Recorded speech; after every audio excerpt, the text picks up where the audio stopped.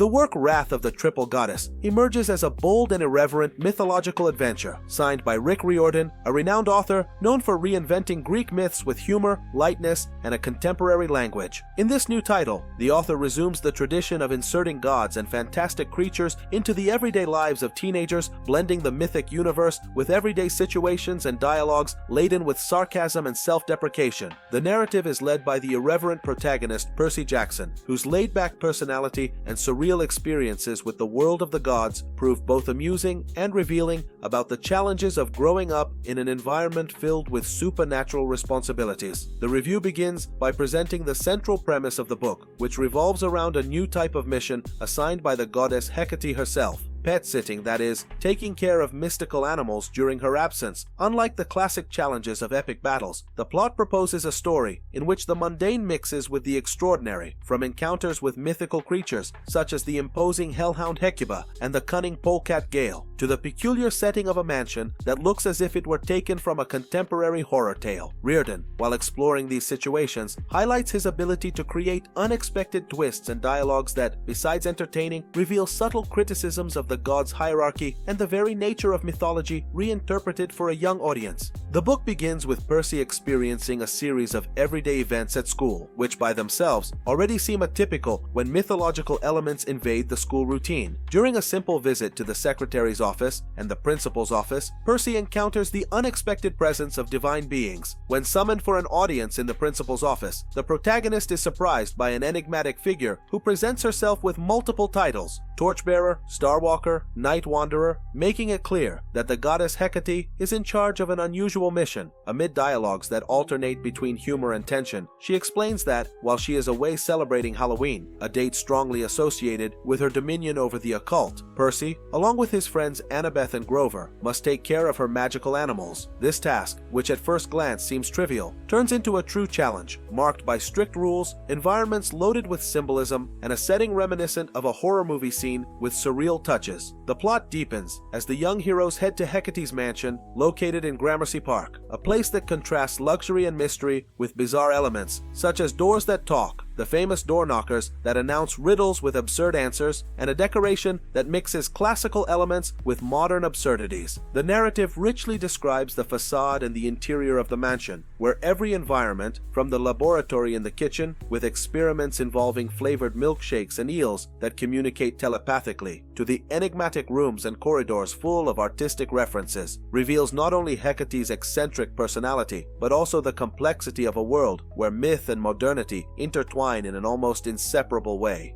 Throughout the journey, unexpected twists arise. The goddess's transformation into multiple facets: maiden, mother, and crone. The revelation of secrets about the ancient school of magic that once operated in the mansion, and the encounter with challenges that test not only the protagonist's courage, but also their ability to adapt to an environment where the impossible seems routine. The plot is enriched by the dynamic dialogues between Percy, Annabeth, and Grover, which bring forth not only the tension of the mission, but also moments of levity and social criticism, as discussions range from school mishaps to the absurdities of modern gods. Critical evaluation of the work reveals that Wrath of the Triple Goddess stands out for its ability to transform an apparently trivial mission, caring for divine animals, into a narrative full of tension, humor, and symbolism. Riordan masterfully employs narrative elements to build a plot that dialogues with mythological tradition while being permeated by contemporary references. The author opts for a light and agile style, full of irony and self-referentiality, characteristics that have always marked his work. This approach contributes to the reader not only enjoying the absurdities